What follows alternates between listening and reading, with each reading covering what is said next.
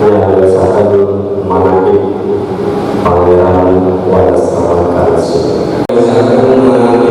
Beliau Pangeran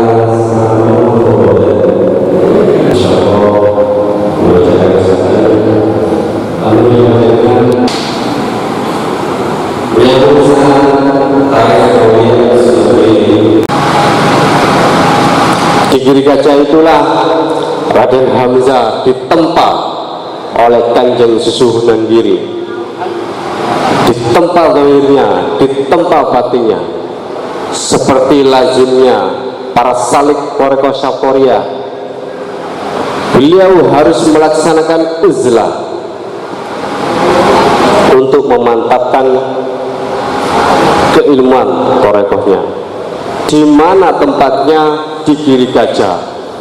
Tempat para salik itu ditempa dalam Tarekat Syakoria.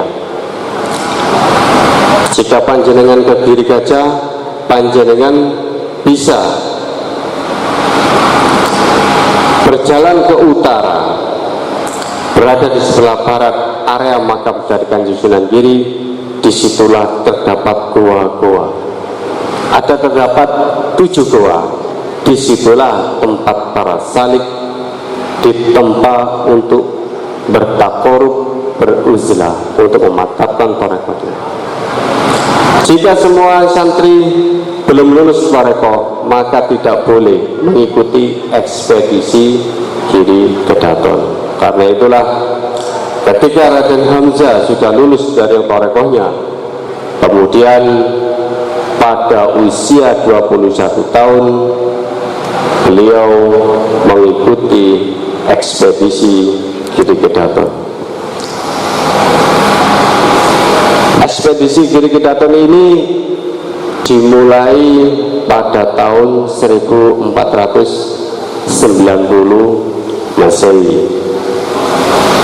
Tujuan dari ekspedisi Kedaton adalah untuk menyebarkan, meluaskan dakwah Islamiyah dan menutup tempat-tempat pemujaan yang memang dulu mayoritas masyarakat Jawa masih menganut ajaran Siwa dan Buddha atau Kasaiwan dan Kasobatan. Ketika ekspedisi itu dilaksanakan,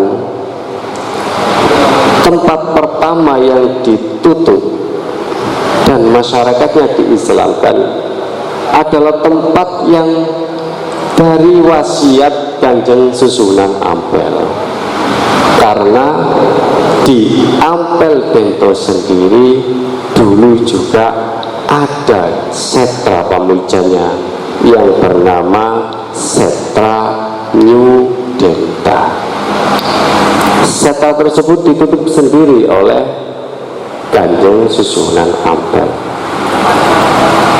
Ketika Kanjeng Susunan Ampel sebelum beliau wafat, beliau berpesan kepada Raden Paku supaya jika nanti beliau sudah menempati posisi sebagai mufti, kembangkanlah Islam, tutuplah tempat pemujaan. Tempat pertama yang harus ditutup adalah Setra Boto Putih, di mana di situ ada makam aulia. Di situ pasti ada bekas tempat pemujaan. Jika di masa itu, jika di masa ekspedisinya Giri Kedaton, karena itu adalah tugas utama dari ekspedisi. Ketika penutupan dari Boto Putih sudah selesai, dilanjutkan lagi sampai ke selatan, sampai pada masa ekspedisi Giri Kedaton kedua. Ekspedisi Giri Kedaton pertama ditutup atau berakhir pada ketika wafatnya Kanjeng Susunan Giri di tahun 1506 Masehi. Jeda 1 tahun ekspedisi tidak boleh dijalankan, menunggu 1 tahun wafatnya Kanjeng Susunan Giri. Kemudian ketika pada tahun 1508 Masehi ekspedisi Giri Kedaton dijalankan lagi. Disitulah Syekh Muhammad Hamzah berangkat dari Giri Gajah meminta izin kepada Raja Giri Kedaton yang kedua, yaitu Raden Zainal Abidin atau Kanjeng Susunan Dalem Wetan, dengan tujuan beliau ingin berdakwah Islamiyah dengan mengikuti ekspedisinya Giri Kedaton. Beliau disarankan oleh Kanjeng Sunan Dalem untuk pergi ke Bangsal Sri Menganti untuk menemui Syekh Menganti, karena Syekh Menganti beliau sebagai pemimpin pemerintahan di Giri Kedaton. Di Bangsal Sri Menganti beliau bertemu dengan Syekh Menganti, kemudian dari mandat Syekh Menganti tersebut beliau diminta supaya untuk sowan ke kakek buyut beliau, yaitu ke Kiai Ageng Bungkul atau yang umum dikenal dengan Kiai Ageng Bungkul. Di Bungkul beliau meminta restu kepada kakek buyutnya dengan tujuan beliau akan melakukan ekspedisi. Setelah dari Bungkul beliau meneruskan menuju ke Bungur Asana. Di Bungur Asana tersebut sudah ada keluarga juga yang mengikuti ekspedisi Giri Kedaton. Beliau bernama Ibrahim bin Malik Israil atau Ibrahim bin Malik bin Abdul Malik Israil. Atas saran dari Sayyid Ibrahim bin Malik, Syekh Muhammad Hamzah disarankan supaya pergi ke Wanas Rama Karsian. Di tempat inilah Syekh Muhammad Hamzah mengikuti petunjuk dari Sayyid Ibrahim bin Malik Israil bersama 7 orang pengikutnya. Beliau menuju ke sebuah tempat yang ketika itu berada di tengah-tengah wono, akan tetapi di situ banyak bangunan-bangunan rumah di tempat tersebut. Ketika sampai di lokasi tersebut, Syekh Muhammad Hamzah bertanya kepada salah satu penduduk yang ada di kediaman tersebut. Beliau bertanya, "Kang, desa ini namanya apa?" Warga tersebut menjawab bahwa, "Oh, ini desa Karsian, Kang." "Oh, desa Karsian. Oke. Apa boleh saya ketemu dengan pemimpin dari Karsiannya?" "Oh, boleh." Kemudian beliau ditemukan dengan pemimpin dari dusun yang diberi nama Karsian. Ketika ditanyakan kepada sang resi, setelah beliau berkenalan, beliau ditanya, "Siapa nama Ananda? Dan dari mana Ananda? Serta mau kemana dan untuk tujuan apa?" Syekh Muhammad Hamzah menjawab bahwa asma kula Hamzah, kula saking pesisir ler Jawi, tujuan kula badhe jajak dusun Milakun. Lah kok kebetulan kula kepanggih dusun niki. Yang pikantuk kula semerap niki saestune dusun niki dusun nopo, terus panjenengan niki asmanipun sinten? Pemimpin dari Karesian tersebut menjawab bahwa tempat ini adalah Wanas Rama Karesian. Jadi bangunan yang ada di sini semuanya itu adalah asrama Karesian. Kalau sekarang lebih mudahnya menyebut Kadewa Guruan. Jadi kemudian sang pemimpin itu mengatakan, nama saya adalah Brahma Raja, saya adalah Maharsi yang ada di asrama Karesian ini. Oh begitu. Kemudian sang Maharsi bertanya, tujuan Ananda mau kemana? Kalau memang Ananda tidak punya tujuan, Ananda boleh bermalam atau menginap di sini. Kemudian besok bisa melanjutkan perjalanan lagi. Atau kalau memang Ananda tidak punya tujuan lain dan ingin menetap lama di asrama Karesian ini, silakan. Ananda bisa menempati bilik di sebelah barat asrama. Dan kalaupun Ananda betah tinggal di sini, Ananda bisa membabat hutan di sebelah barat asrama dan bisa Ananda dirikan padukuhan untuk Ananda berserta rombongan. Ketika itulah ada suatu peluang yang bagus yang memang dibaca oleh Raden Hamzah. Karena itu beliau mengucapkan terima kasih kepada Sang Maharsi Brahma Raja. Kemudian beliau membabat hutan di sebelah barat asrama Karesian. Selama 2 tahun beliau berada di tempat tersebut. Jadi di sebelah barat dari Karesian, di sebelah barat asrama, di situ tempatnya beliau berserta pengikutnya menjalankan ibadah sebagaimana umat muslim pada umumnya.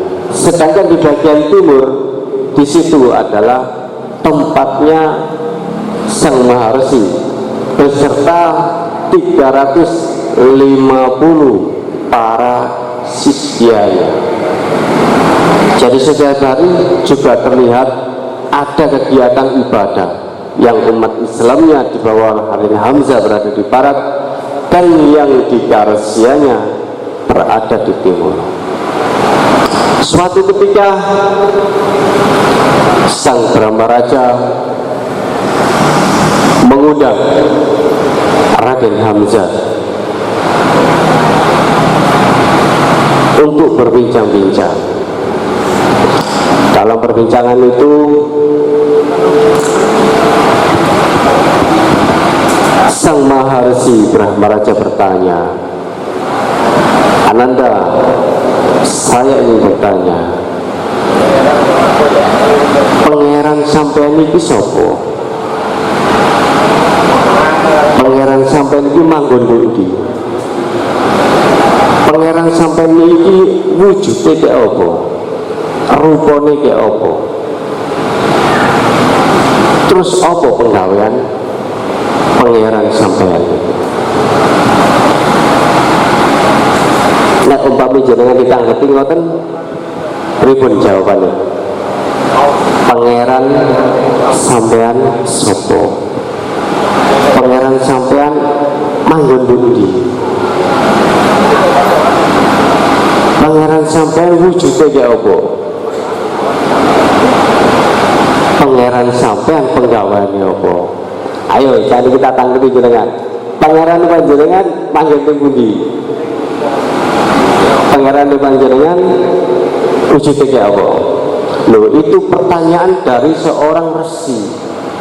Kalau memang ulamanya ini benar-benar tidak berbekal ilmu yang mapan, tidak berbekal ilmu tauhid yang mapan, ora saged ngislamno wong to, ora saged meyakino wong. piye carane ngiyakino yang ditakoni seumpama ditakoni kali Brahma Raja mboten saged jawab. Sedangkan sang Brahma Raja beliau adalah penyembah atau pemuja dari seorang dewa, yaitu Dewa Siwa. Dan Dewa Siwa juga dikenal pada waktu itu beliau memang dewa kesaktian, karena beliau dianggap sebagai dewa pelebur. Karena itulah di Wanasrama ini dulu, asrama Karesian ini, ilmu yang diajarkan adalah ilmu Karesian Tantrayana. Jadi disitulah tugas dari Raden Hamzah. Ketika beliau ditanya seperti itu, beliau juga menjawab, pangeranku Allah. Pangeranku Allah, pangeranku manggon jumeneng ana ing Dabedu. Nek menurut riwayatnya Gusti Nabi pernah diaturi oleh Gusti Allah bahwa jika ada umat yang bertanya, ya kan? Jika ada hambaku yang bertanya tentang aku, maka jawablah, aku lebih dekat dari urat nadi. Kemudian bagaimana wujud pangeran? Ya apa wujud pangeran? Beliau menjawab, pangeran itu wujudnya orang bisa didelok nganggo meripat dohir, tapi pangeran itu bisa dikenal teko sifat wajibnya. Pangeran itu bisa diweruhi teko sifat wajibnya. Apa sifat wajibnya?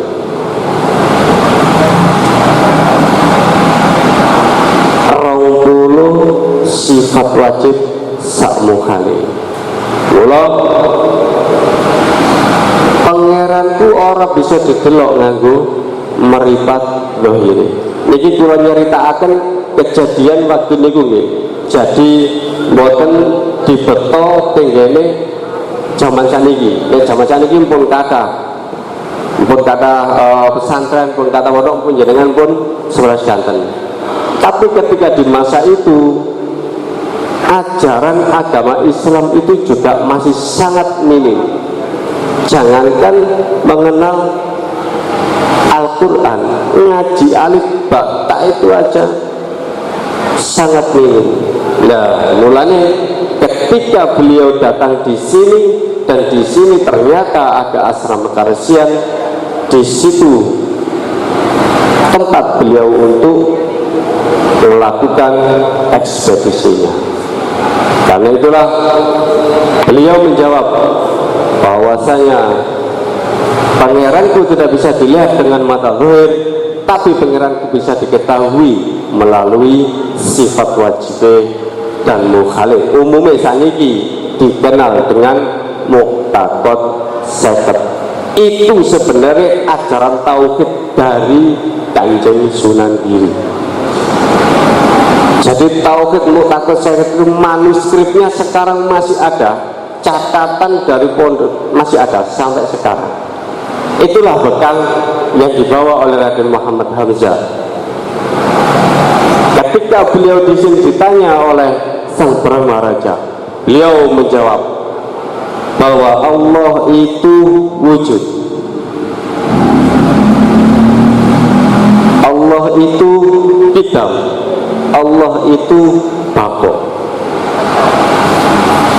Panjenengan apa lho? Sing biasa didamel pujian lho. Panjenengan apa lho?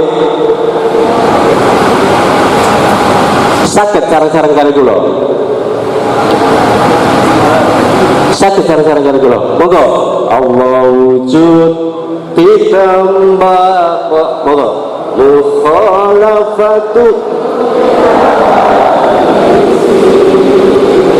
yamu binafsi wahdaniyah qudrah iradah ilmu hayat dan surga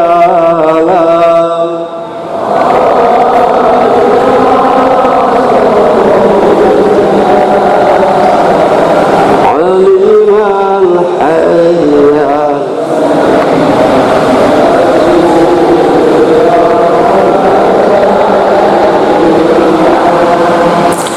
sak mantune Brahmaraja niki dijelasaken kalian Raden Hamzah setunggal sifat wajib dan mukhalif.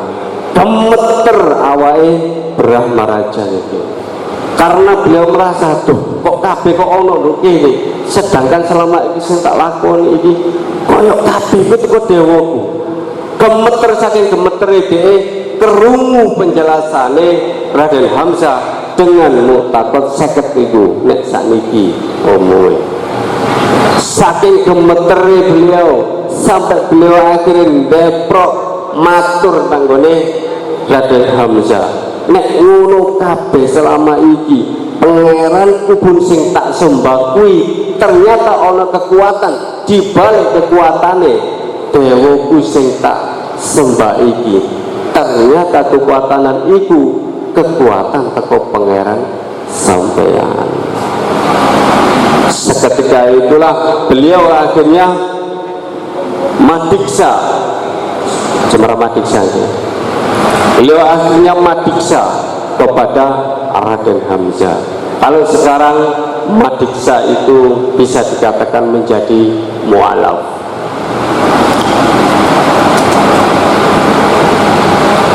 Jadi ketika beliau sudah mengetahui semua penjelasan itu, kemudian beliau menyatakan untuk madiksa kepada Raden Hamzah, pun juga diikuti oleh seluruh sisyanya yang berjumlah 350 sisya.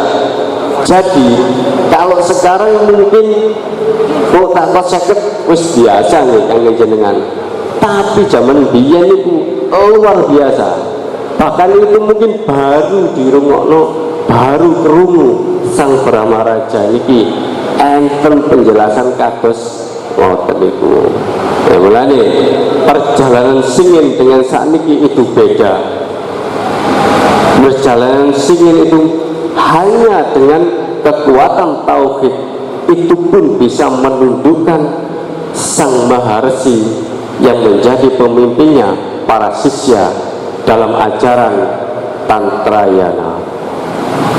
Ketika beliau dan juga sisyanya sudah bersedia untuk madiksa, untuk masuk ke dalam agama Islam, maka beliau pun beserta para sisyanya disyahadatkan. Setelah semuanya sudah ikut selama 2 tahun perjuangan beliau berada di Wonokarsian, yang saya ceritakan tidak bisa saya ceritakan semuanya, saya ambil poin-poinnya karena sudah malam waktunya ini. Jadi poinnya di sini. Bahkan ada lagi ketika beliau sebelum yang kejadian dari tauhid yang dijelaskan beliau, sebelumnya juga ada, akan tetapi di kesempatan lain akan saya jelaskan. Saya jelaskan poinnya, kenapa Raden Hamzah bisa sampai di sini, kenapa Raden Hamzah bisa sampai berada di Wonokarsian. Tujuan beliau adalah satu, untuk mengislamkan sang Maharsi dan juga seluruh para sisya, bukan santri lain, sisya. Setelah para sisya dan juga sang Brahmaraja ini sudah masuk Islam, tahun 1510 Masehi didatangkanlah keluarga dari Giri Kedaton. Karena yang menjadi pemimpin di Giri Kedaton adalah Kanjeng Susuhunan Dalem atau Raden Zainal Abidin, didatangkanlah beliau untuk ke Wanasrama Karsian. Kedatangan beliau diiringi juga oleh para sentono dari Giri Kedaton, juga dihadiri oleh Syekh Menganti dan juga dihadiri oleh Diaksa Agung Girgedaton, yaitu Sayyid Abdul Malik Israil, dan juga dihadiri oleh Patih Girgedaton yang bernama Patih Hendrosari. Kehadiran beliau juga dihadiri oleh semua sentono dari Ampel Dento. Kemudian juga dihadiri oleh Raden Husein dan juga Raden Hasan. Tujuan beliau datang ke Wanasrama Karesian adalah untuk menutup tempat pemujaan yang dulunya dilakukan oleh Brahma Raja juga para sisyanya. Menurut Brahma Raja, dewa beliau Siwa bersemayam di batu watu teas atau saniki umume, saniki niku empun masuk disebut dengan linggo. Jadi di tempat pemujaan tersebut, batu linggo ini dianggap tempat bersananya dewa Siwa. Karena itulah ini buktinya. Ini adalah Kalpataru. Kalpa itu adalah pohon, taru adalah kehidupan. Ini adalah bekas dari tempat pemujaan yang dulu memang pernah berada di Wanasrama Karesian. Wana adalah alas, asrama adalah tempat belajarnya para sisya. Karesian adalah ajaran yang diajarkan di asrama tersebut, yaitu ajaran para resi yang beralirkan Tantra Yana. Jadi di sini masih ada bukti fisiknya bisa dilihat. Untuk rekan-rekan bisa menguatkan untuk sejarah di Wanasrama Karesian. Ketika penutupan dilakukan, tujuan penutupan adalah satu, menawarkan daya sakti yang ada di Batu Lingga, yang dianggap itu adalah tempat bersemayamnya Dewa Siwa. Setelah lingga tersebut sudah berhasil ditambarkan kekuatannya, berarti Siwanya sudah bisa keluar. Kemudian batu tersebut diambil, dirajah dan dipendam supaya tidak lagi digunakan untuk pemujaan. Pada saat itu juga pemujaan Karesian sudah dihapuskan, pemujaan ajaran ilmu Tantra Yana Karesian pun sudah dihilangkan. Kemudian setelah batu lingga tersebut sudah dipendam, syarat utama yang kedua adalah tidak boleh merusak tempat bangunan. Karena apa? Karena tempat tersebut menjadi bukti peradaban adanya ajaran Kasyaiwan sebelum adanya ajaran keislaman. Setelah selesai melakukan penutupan, Kanjeng Susunan Dalem mengangkat Raden Hamzah dengan gelar Pangeran Wanasrama Karesian. Beliau diangkat sebagai kepala wisaya di desa Karesian. Karena itu sampai sekarang desa ini menjadi desa Wono Karesian. Untuk memudahkan, mungkin karena masa itu sudah hilang, akhirnya menjadi Wono Kasian. Kalau di zaman dulu tidak ada istilah nama Kasian. Kasian itu bahasa baru. Umumnya wong kasian kan mesake. Kasian itu dari bahasa Indonesia. Jadi dulu tidak ada nama Kasian. Karena itulah nama Karesian itu menjadi nama Kasian, memudahkan untuk penyebutan.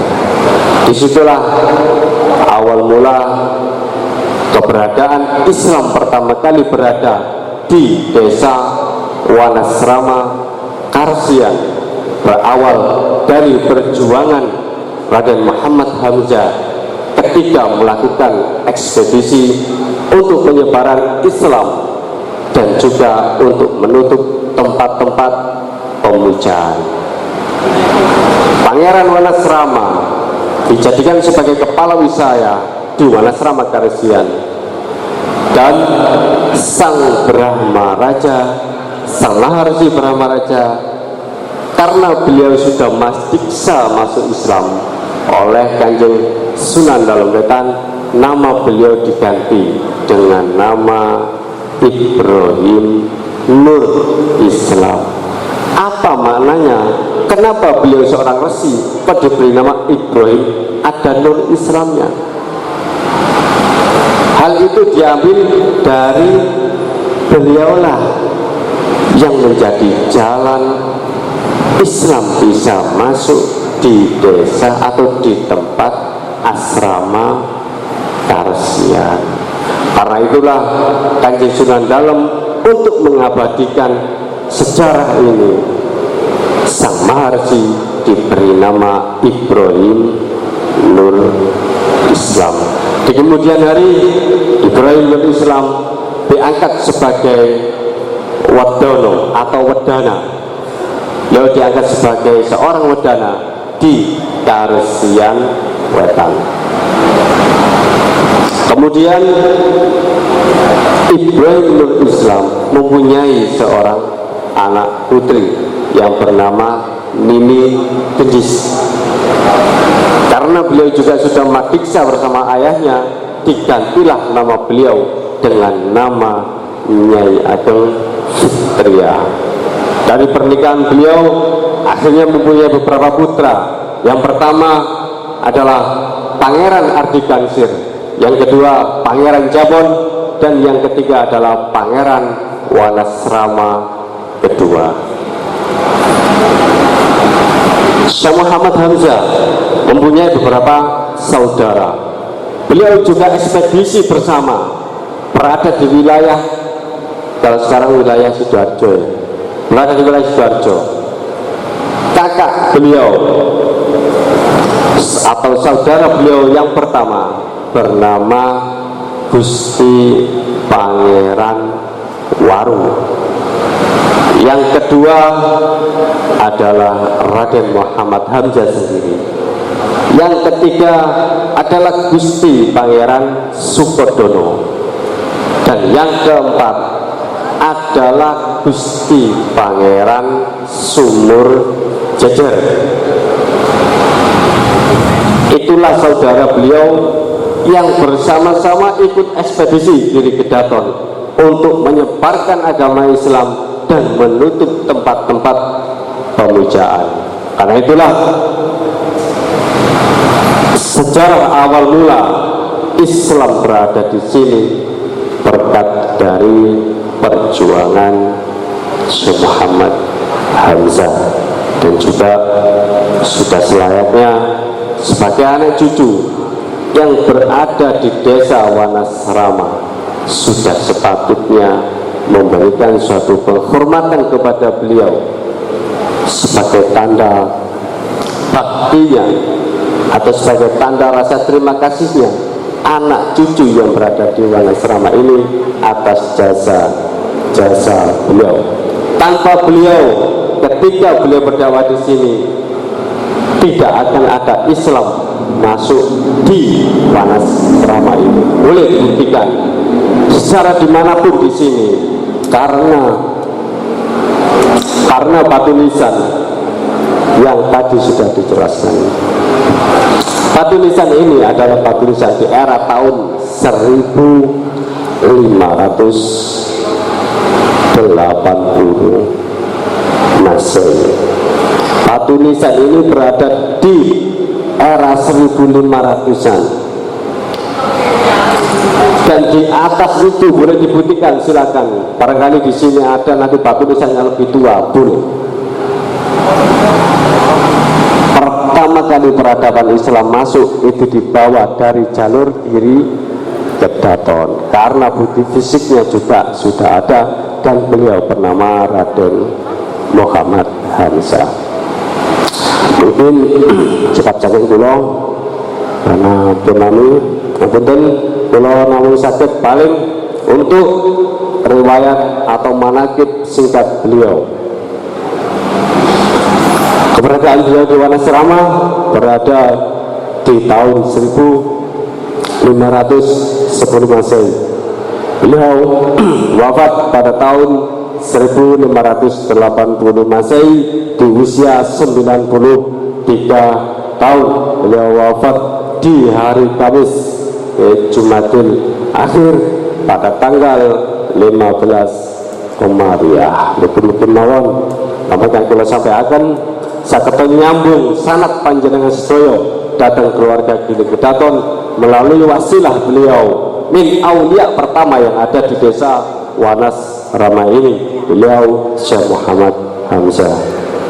Kula pangapunten wonten salah lebatipun namung punika saged kula sampaikan.